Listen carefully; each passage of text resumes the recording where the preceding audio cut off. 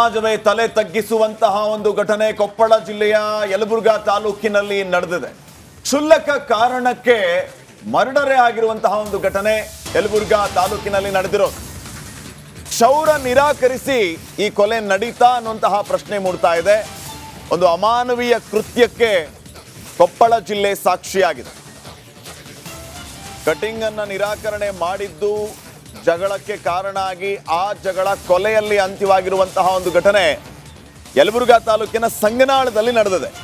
ಕ್ಷೌರ ಮಾಡುವ ಕತ್ತರಿಯಿಂದ ಚುಚ್ಚಿ ಕೊಲೆ ಮಾಡಿರುವ ಆರೋಪ. ಯಮನೂರಪ್ಪ ಬಂಡಿಹಾಳ್ 23 ವರ್ಷ ಕೊಲೆಯಾದಂತಹ ಯುವಕ ಮುದುಕಪ್ಪ ಹಡ್ಪದ್ ಕೊಲೆ ಮಾಡಿದಂತ ಆರೋಪ. ದಲಿತ ಯುವಕನಿಗೆ ಕ್ಷೌರ ನಿರಾಕರಿಸಿ ಈ ಕೊಲೆ ನಡೀತಾ ಅನ್ನುವಂತಹ ಶಂಕೆ ಈಗ ವ್ಯಕ್ತವಾಗ್ತಾ ಇದೆ. ಇನ್ನು ಇದರ ಬಗ್ಗೆ ಅಧಿಕೃತವಾಗಿ ಮಾಹಿತಿ ಲಭ್ಯ ಆಗಿಲ್ಲ. ಅಂದ್ರೆ ಈ ರೀತಿಯ ಅನುಮಾನ ವ್ಯಕ್ತವಾಗ್ತಾ ಇದೆ. ಈ ಯಮನೂರಪ್ಪ ಬಂಡಿಹಾಳ್ ಅನ್ನುವಂತಹ ಯುವಕ ಕಟಿಂಗ್ ಶಾಪ್ಗೆ ಹೋಗ್ತಾನೆ, ಕಟಿಂಗ್ ಮಾಡು ಅಂತ ಹೇಳಿದಾಗ ದಲಿತ ಯುವಕನಿಗೆ ಕ್ಷೌರ ನಿರಾಕರಣೆಯನ್ನ ಈ ಮುದುಕಪ್ಪ ಹಡಪದ್ ಮಾಡಿದಾರಂತೆ ಅಂತ ಹೇಳಲಾಗ್ತಾ ಇದೆ. ಇದಕ್ಕಾಗಿ ಈ ರೀತಿಯ ಒಂದು ಘಟನೆ ನಡೆದಿದೆ ಅನ್ನುವಂಥ ವಿಚಾರ ಗೊತ್ತಾಗ್ತಾ ಇದೆ.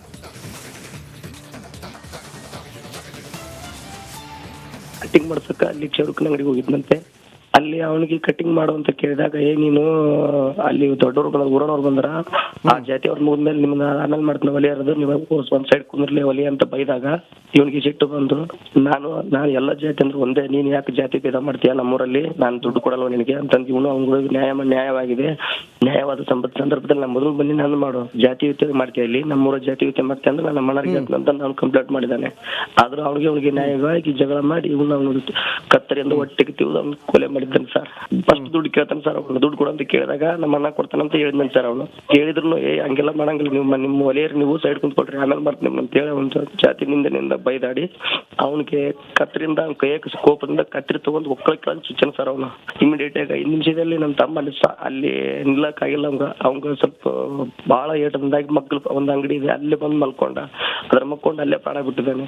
ನಾನು ಇದರಲ್ಲಿ ಗಡದಲ್ಲಿ ಅಲ್ಲಿದ್ರೆ ಬರ್ಬೇಕಾತಂದ್ರೆ ಲೇಟ್ ಆಯ್ತು. ನಾವು ಬರೋದಿಗೆ ಯಾರು ಮುಟ್ಟಿದ್ದಿಲ್ಲ. ಬಂದು ನೋಡಿದಾಗ ಕಣ್ಣಲ್ಲೇ ಕಣ್ಣು ತೆಗೆದಿತ್ತು, ಜೀವನ ಹೋಗಿತ್ತು. ನಾನು ಅಷ್ಟರಲ್ಲೇ ನೋಡಿದೆ. ಇಮಿಡಿಯೇಟ್ ಆಗಿ ಗೌರ್ಮೆಂಟ್ ಹಾಸ್ಪಿಟ್ಲ್ ಸಂಘದಲ್ಲಿ ಅದೇ ಊರಲ್ಲಿ ಅಲ್ಲೇ ಮುಂದ್ಗಡೆ ಅಲ್ಲಿ ಹೋಗಿದ್ರಿ. ಅಲ್ಲಿ ನಿಂತಾಗ ಎಲ್ಲರೂ ಬಂದ್ರು, ಅಲ್ಲೆಲ್ಲ ಹೋಗಿದೆ ಅಂದ್ರು. ಆ ಮನುಷ್ಯ ಸರಿ ಇಲ್ಲ ಸರ್. ಒಟ್ಟು ಅವನು ಒಂಥರ ಎಲ್ಲ ಯಾರೋ ಹೋದ್ರು ಸಿಟ್ಟುತನ ಮಾಡೋದು. ಯಾರು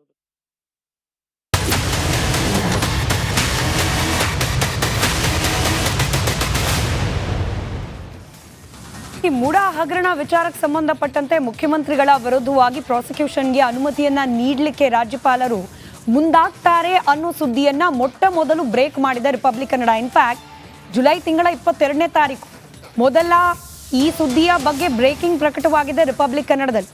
ಈಗ ನಿನ್ನೆ ನಾವು ಪ್ರಸಾರ ಮಾಡಿದ್ದ ಸುದ್ದಿ ನಿಜ ಆಗಿದೆ. ರಾಜ್ಯಪಾಲರ ವಿರುದ್ಧ ಪ್ರಾಸಿಕ್ಯೂಷನ್ಗೆ ರಾಜ್ಯಪಾಲರು ಮುಖ್ಯಮಂತ್ರಿಗಳ ವಿರುದ್ಧ ಪ್ರಾಸಿಕ್ಯೂಷನ್ಗೆ ಅನುಮತಿ ನೀಡಿದ್ರ ವಿರುದ್ಧವಾಗಿ ಇದೀಗ ಲೀಗಲ್ ಲಡಾಯಿ ಶುರುವಾಗಿದೆ.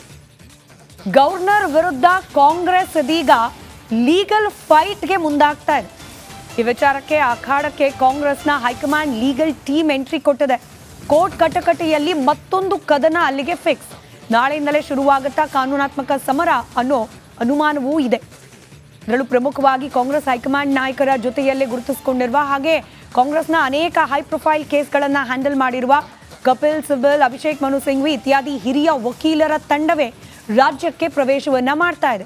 ಮುಖ್ಯಮಂತ್ರಿ ಸಿದ್ದರಾಮಯ್ಯನವರ ಪರವಾಗಿ ಕಾನೂನಾತ್ಮಕ ಸಮರವನ್ನ ಮುಂದುವರಿಸಲಿಕ್ಕೆ ಈಗಾಗಲೇ ಸಿದ್ದರಾಮಯ್ಯ ವಿರುದ್ಧ ರಾಜ್ಯಪಾಲರು ಪ್ರಾಸಿಕ್ಯೂಷನ್ ಬಾಣ ಬಿಟ್ಟಿದ್ದು ರಾಜ್ಯ ರಾಜಕೀಯದಲ್ಲಿ ಅಲ್ಲೋಲ ಕಲ್ಲೋಲ ಸೃಷ್ಟಿ ಆಗ್ಬಿಟ್ಟಿದೆ. ಕಾನೂನಾತ್ಮಕವಾಗಿ ಹೋರಾಟ ಮಾಡೋದಕ್ಕೆ ಕಾಂಗ್ರೆಸ್ ಸಜ್ಜಾಗಿದೆ. ಯಾವ ರೀತಿ ಒಂದು ವರದಿ ಇದೆ ಬನ್ನಿ ನೋಡೋಣ.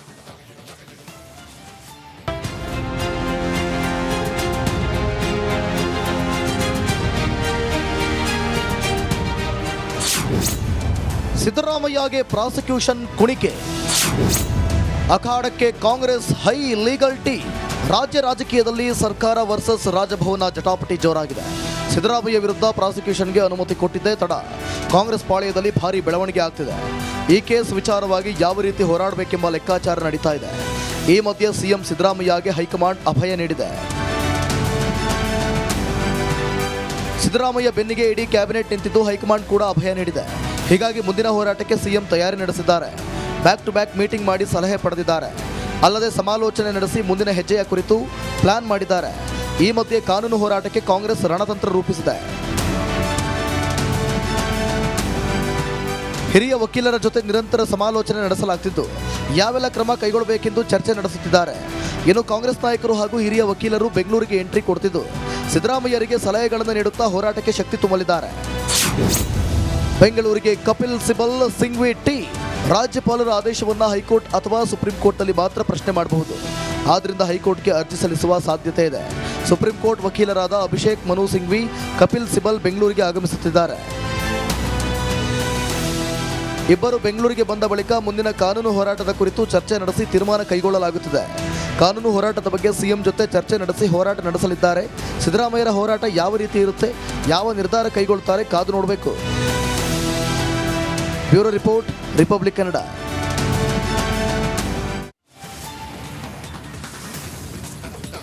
ಈ ಪ್ರಾಸಿಕ್ಯೂಷನ್ಗೆ ಅನುಮತಿಯನ್ನ ನೀಡೋದು ಒಂದು ರೀತಿಯಲ್ಲಿ ಎಕ್ಸ್ಪೆಕ್ಟೆಡ್ ಮೂವೇ ಆಗಿತ್ತು. ಇನ್ಫ್ಯಾಕ್ಟ್ TJ ಅಬ್ರಹಂ ಅವರು 2ನೇ ಬಾರಿಗೆ ರಾಜ್ಯಪಾಲರನ್ನ ಭೇಟಿಯಾದಾಗ ಬಹಳ ಕಾನ್ಫಿಡೆನ್ಸ್ ಅಲ್ಲಿ ಹೇಳಿದ್ರು, ಇಲ್ಲ ಇವತ್ತೆಲ್ಲ ನಾಳೆ ಪ್ರಾಸಿಕ್ಯೂಷನ್ಗೆ ಅನುಮತಿ ಸಿಗುತ್ತೆ ಅಂತ ಹೇಳಿ ನಿನ್ನೆ ಅದಾಗಿದೆ ಕೂಡ. ಇದೀಗ ಹಾಗಾದ್ರೆ ಮುಖ್ಯಮಂತ್ರಿಗಳ ಮುಂದಿನ ನಡೆ ಏನಾಗಿರುತ್ತೆ ಕುತೂಹಲ ಇದ್ದೇ ಇದೆ. ಗವರ್ನರ್ ಹಾಗೂ ಕೇಂದ್ರದ ವಿರುದ್ಧ ಕಾಂಗ್ರೆಸ್ ಬೆಂಕಿ ಚೆಂಡನ್ನೇ ಉಗುಳ್ತಾ ಇದೆ. ಈ ಮಧ್ಯೆ ಮುಖ್ಯಮಂತ್ರಿ ಮುಂದಿನ ನಡೆ ಭಾರಿ ಕುತೂಹಲಕ್ಕೆ ಕಾರಣವಾಗಿದೆ. ಏನಾಗಿರಬಹುದು ಮುಂದಿನ ನಡೆ, ಈ ಬಗ್ಗೆ ಒಂದು ಡೀಟೇಲ್ ರಿಪೋರ್ಟ್ ಇದೆ, ಗಮನಿಸಿ.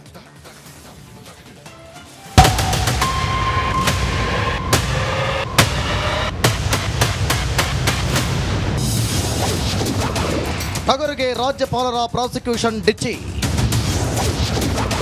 ಮುಂದಿನ ಹೋರಾಟದ ಕುರಿತು ಸಿಎಂ ಚರ್ಚೆ.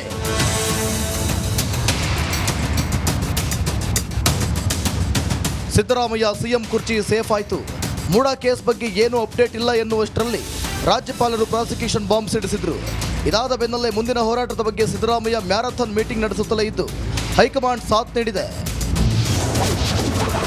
ಕಾನೂನು ಹೋರಾಟಕ್ಕೆ ಕೈ ಸಜ್ಜು. ರಾಜ್ಯಪಾಲರು ಪ್ರಾಸಿಕ್ಯೂಷನ್ಗೆ ಅನುಮತಿ ಕೊಟ್ಟ ನಂತರ ಅರ್ಜಿದಾರರು ಪ್ರಾಸಿಕ್ಯೂಷನ್ ಅನುಮತಿ ಹಿಡಿದುಕೊಂಡು ಸೆಷನ್ಸ್ ಕೋರ್ಟ್ಗೆ ಹೋಗಿ ತನಿಖೆಗೆ ಆದೇಶ ನೀಡುವಂತೆ ಕೋರುತ್ತಾರೆ. ಅರ್ಜಿದಾರರ ಹೇಳಿಕೆ ದಾಖಲಿಸಿಕೊಂಡ ನಂತರ ಕೋರಿಕೆಯನ್ನು ಪುರಸ್ಕರಿಸಬಹುದು, ಇಲ್ಲವೇ ತಿರಸ್ಕರಿಸಬಹುದು.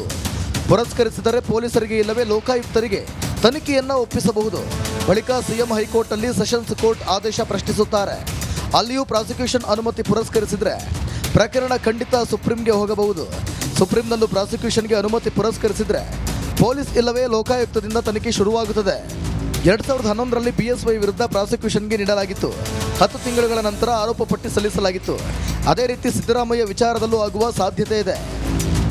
ಪ್ರಾಸಿಕ್ಯೂಷನ್ಗೆ ಗ್ರೀನ್ ಸಿಗ್ನಲ್ ಸಿಕ್ಕ ಬಳಿಕ ಏನೆಲ್ಲ ಮಾಡಬಹುದು ಎಂಬುದರ ಬಗ್ಗೆ ಸಿಎಂ ಚರ್ಚೆ ನಡೆಸುತ್ತಲೇ ಇದ್ದಾರೆ. ಮುಂದಿನ ದಿನಗಳಲ್ಲಿ ಸಿದ್ದರಾಮಯ್ಯ ಯಾವ ಹೆಜ್ಜೆ ಇಡಲಿದ್ದಾರೆ ಅನ್ನೋದು ನೋಡಬೇಕು. Bureau report, republic Kannada.